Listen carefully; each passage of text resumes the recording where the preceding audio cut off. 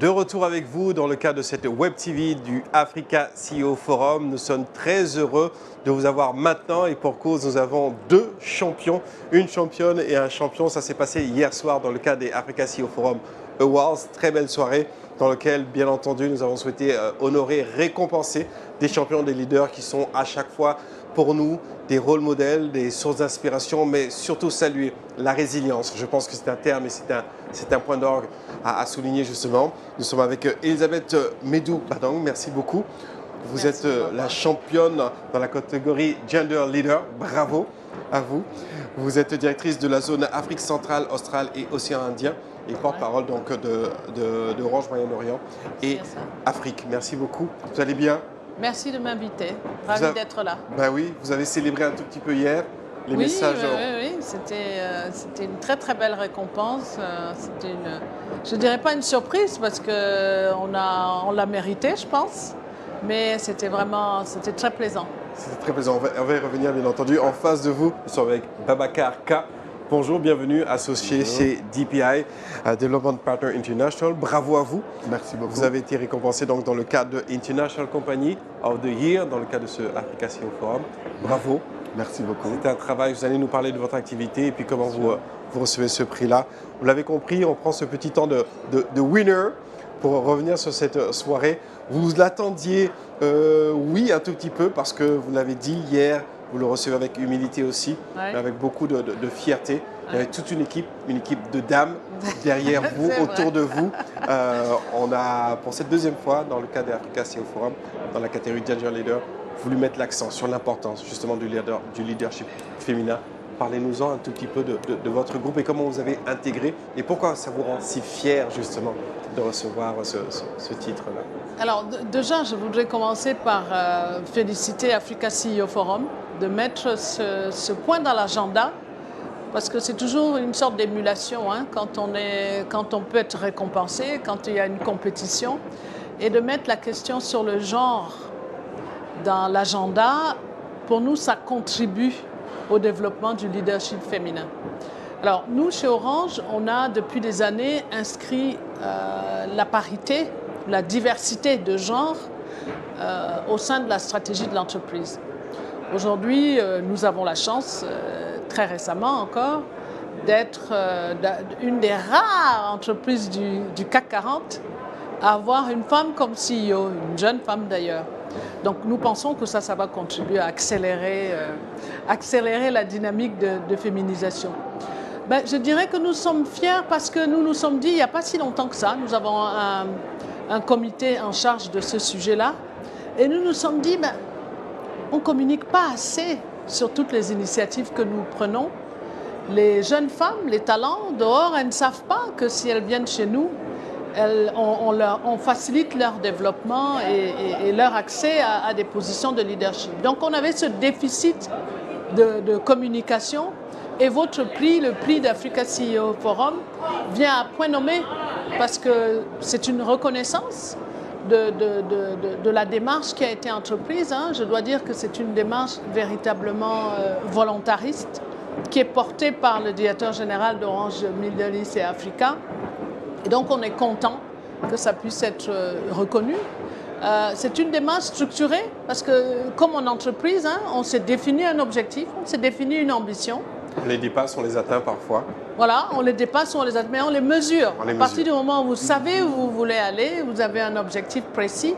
Ensuite, vous déclinez des actions concrètes pour pouvoir y parvenir. Donc, Africa CEO Forum 2026, j'espère qu'on pourra venir dire qu'on a atteint les 50% de femmes dans les instances dirigeantes. Pourquoi vous visez 26? On est en 2022. Mais parce que notre objectif, c'est d'ici 2025, okay. On espère avoir 50% de femmes dans les instances dirigeantes de l'entreprise, 40% de femmes dans les conseils d'administration, mais plutôt, je pense qu'on va atteindre l'objectif de 40% en conseil d'administration beaucoup plus tôt. Donc, ça, ce sera avec plaisir qu'on reviendra partager avec vous là-dessus. On va pouvoir le mesurer. Justement, Babacar Ka, pour justement faire cette liaison chez vous, comment est intégrée la diversité de genre? Est-ce qu'il y a une véritable politique? Est-ce que c'est des choses qui vont arriver? C'est sûr que c'est toujours, on appelle ça des défis, mais c'est des nécessités, je pense. C'est des nécessités, au niveau effectivement. Nous, déjà chez DPI, on a atteint cet objectif. Déjà, notre CEO, c'est une femme. Donc on n'attend pas 2025, c'est vrai? Non, exactement. Son nom, s'il vous plaît. Donc, c'est Runa Alam, c'est la cofondatrice de Development Partners International, qu'elle a fondée en 2008 avec M. Miles Morland. Et ils ont créé ensemble une société de gestion de fonds entièrement focalisée sur l'Afrique. Et aujourd'hui, on gère 3 milliards de dollars environ, totalement dédiés sur le continent africain. Et donc, comme je le disais, au sein, c'est un partnership, donc c'est une société détenue par ses associés. Et 50% des associés sont femmes, inclus notre CEO. Et donc, c'est très, très important. La diversité pour nous, c'est le succès. Donc, avoir cette diversité autour de la table pour échanger sur les meilleures idées et arriver à de meilleures décisions, pour nous, c'est vraiment le succès pour le faire du private equity globalement, mais surtout en Afrique. Avoir cette diversité non seulement de genre, mais aussi de professionnels qui ont des avis différents. Et des compétences. International Company of the Year, c'est lourd comme titre. Ouais. Quel est le sens et la portée que vous donnez justement à ce award qui vous a été décerné? Non, c'est une grande nouvelle. Nous, on ne s'y attendait pas parce qu'on est assez, comme on est basé à Londres, on communique peu généralement. Donc c'est vrai qu'on les 2 dernières années étaient des années très riches en termes de développement. Donc on a levé notre dernier fonds, c'est le fonds 3, un fonds de 900 millions de dollars, donc, qui est en train d'être investi. Mais c'est un fonds qui a été en fait levé pendant la période Covid.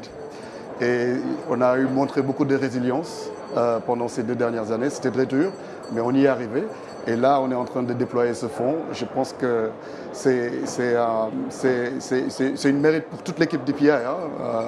Et surtout, nous, notre objectif, c'est un objectif de partnership avec des entrepreneurs africains.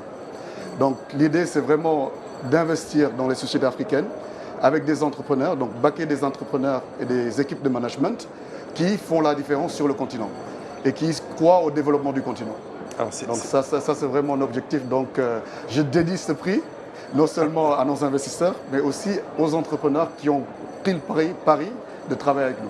Alors c'est un pari, c'est un défi, d'autant plus dans une conjoncture incertaine. On le redit à chaque fois, la thématique qu'on a retenue pour cette édition, la souveraineté, la croissance verte et puis la transformation digitale dans un contexte très particulier. Vous avez fait des levées, des levées très importantes durant la période Covid.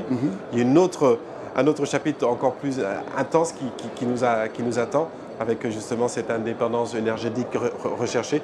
Quels sont les types d'accompagnement que vous faites justement dédiés à l'Afrique, bien entendu, à des entrepreneurs?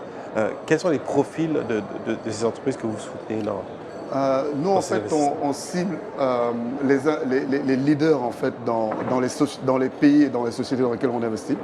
Donc, la stratégie d'investissement de DPI, c'est vraiment d'investir dans tous les secteurs qui touchent la classe émergente africaine.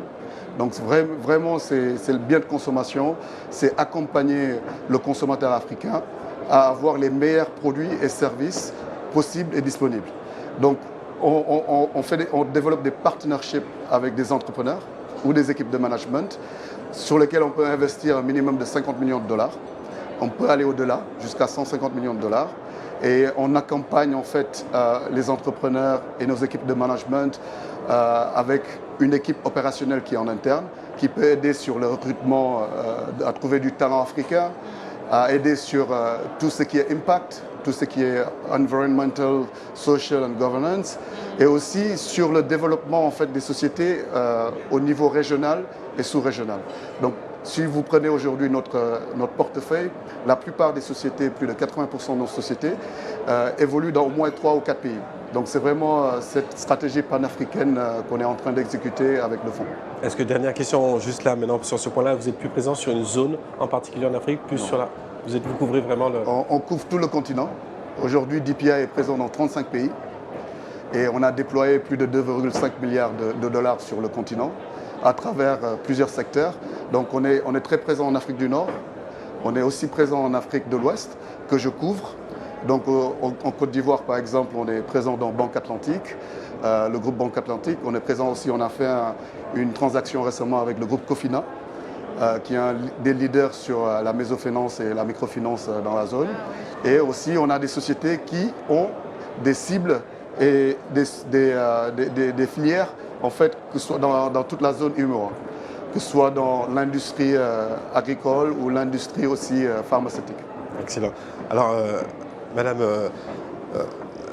Médou, lorsqu'on dépasse quelque part ce prix du genre, il y a aussi la compétence, il y a la communication et il y a les défis dans un contexte très particulier, on le disait tout à l'heure.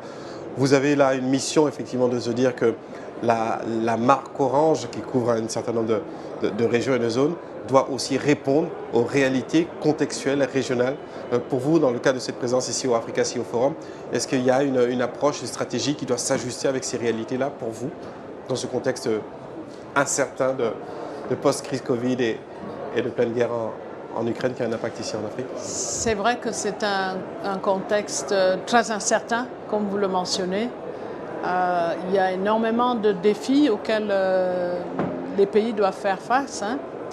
On a déjà nos défis structurels qu'on connaît, les infrastructures, l'accès aux services essentiels, la démographie, qui est une opportunité mais en même temps un défi. On a ces défis-là. À côté de ça, on a été quand même durement touché par la Covid. On mentionnait encore hier la période de récession que nous avons connue en 2020 après 50 ans de croissance continue. Et là, l'Ukraine, on a plusieurs pays aujourd'hui qui ont des taux d'inflation à 2 chiffres. On a des problématiques d'approvisionnement d'un certain nombre de services essentiels. Quand on voit ça comme ça rapidement de loin, on a l'impression que l'Afrique n'est pas touchée, mais il y a plusieurs pays où 60% du blé vient d'Ukraine ou de Russie. Et le blé, c'est ce qu'on utilise quand même dans l'alimentation quotidienne dans beaucoup de pays. C'est pas simplement en Afrique du Nord, mais même chez nous, les pâtes, le pain, les beignets, tout ça, ça utilise le blé. Donc, on est dans une période où il y a énormément d'incertitudes. Mais en même temps, l'Afrique, c'est un continent d'opportunités. L'Afrique a montré sa résilience et on a vu, nous, dans nos activités, vous parliez de Covid. Avant Covid, il n'y avait pas télétravail, ça ne voulait rien dire pour nous. Ça n'existait pas. Effectivement. Du jour au lendemain, je dis bien du jour au lendemain, on n'a pas eu une période de change management de 6 mois ou je ne sais pas quoi. Du jour au lendemain, il a fallu faire fonctionner les réseaux à distance. Il a fallu équiper les salariés. Il a fallu organiser le télétravail et on l'a fait de façon efficace.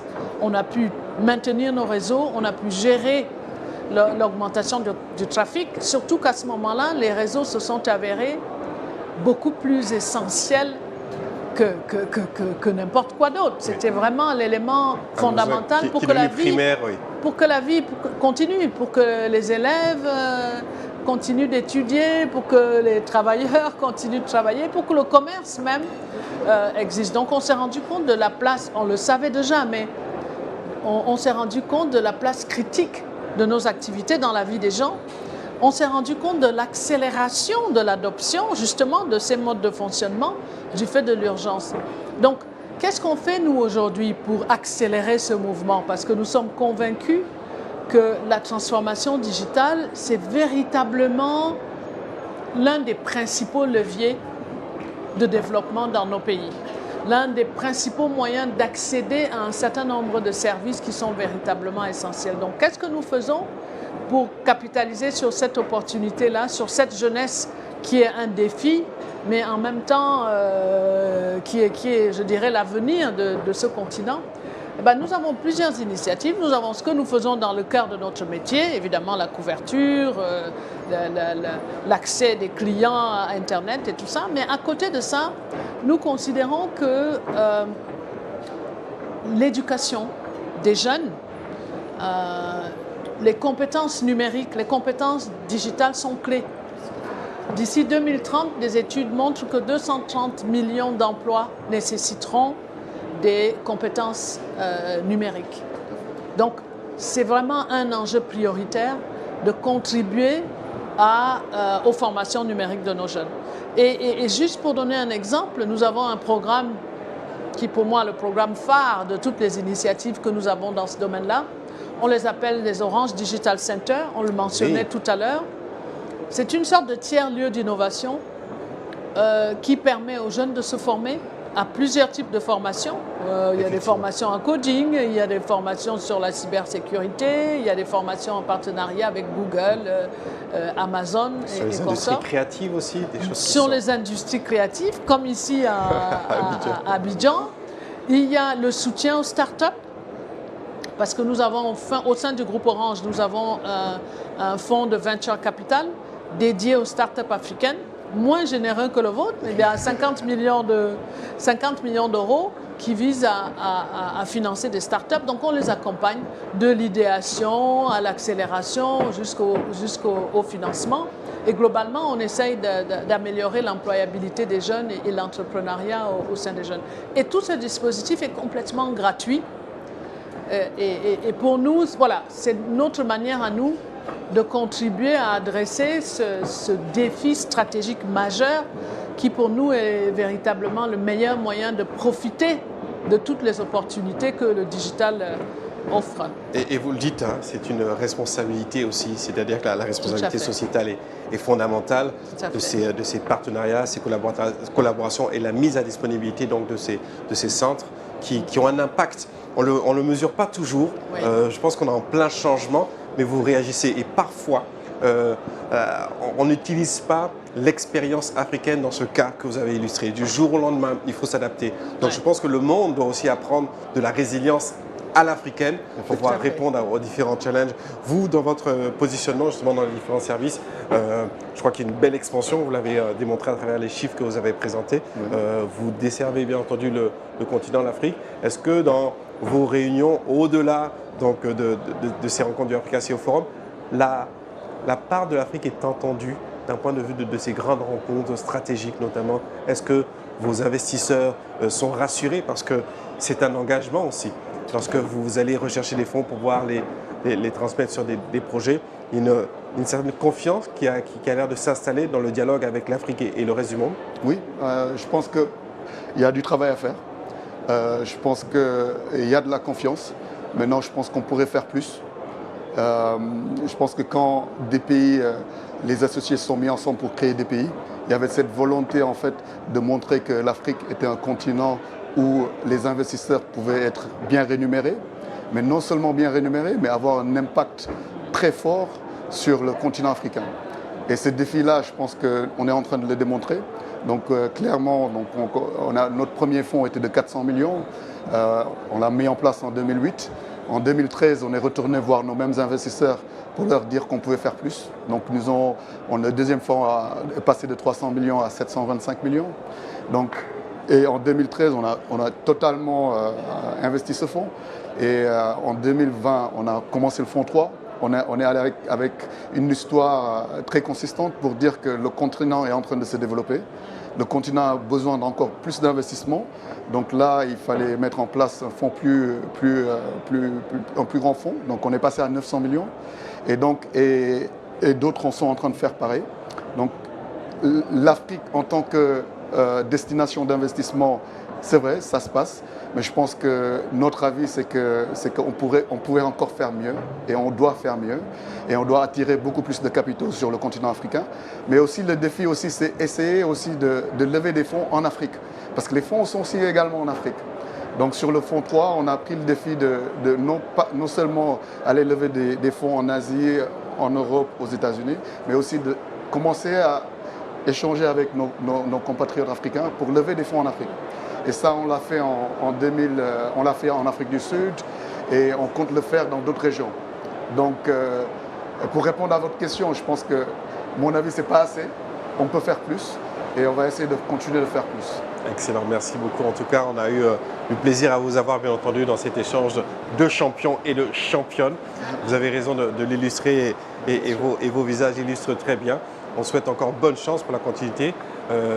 Babacar K, merci infiniment. Vous êtes associé chez DPI, Development Partners International, basé en Angleterre, mais qui couvre justement toute l'Afrique. Exactement. Bien entendu, votre présence est à saluer. Bien entendu, Elisabeth Midou Badang, je regarde toujours parce qu'il y a beaucoup de syllabes qui peuvent parfois écorcher. Je ne veux surtout pas tomber dans ce travers-là, surtout que nous avons une championne. Vous êtes directrice de zone Afrique centrale, australe et océan Indien, donc porte-parole de Orange Moyen-Orient et Afrique. Merci beaucoup. Et puis Merci vous avez donné rendez-vous en 2026, ça peut être avant. Hein. Ça peut être avant. Ça peut être avant. Ça peut être avant. On va beat l'objectif. Excellent, c'est un véritable plaisir de les avoir ici avec nous dans ce cadre de cette Web TV du Africa CEO Forum. Bien entendu, les réactions, vous pouvez le faire à travers le hashtag ACF 2020. Nous allons maintenant aller dans une autre séquence très importante des données, des sondages. Et donc, vous allez assister là à la plénière avec le Africa CEO Survey. Et on se retrouve juste après. Merci beaucoup.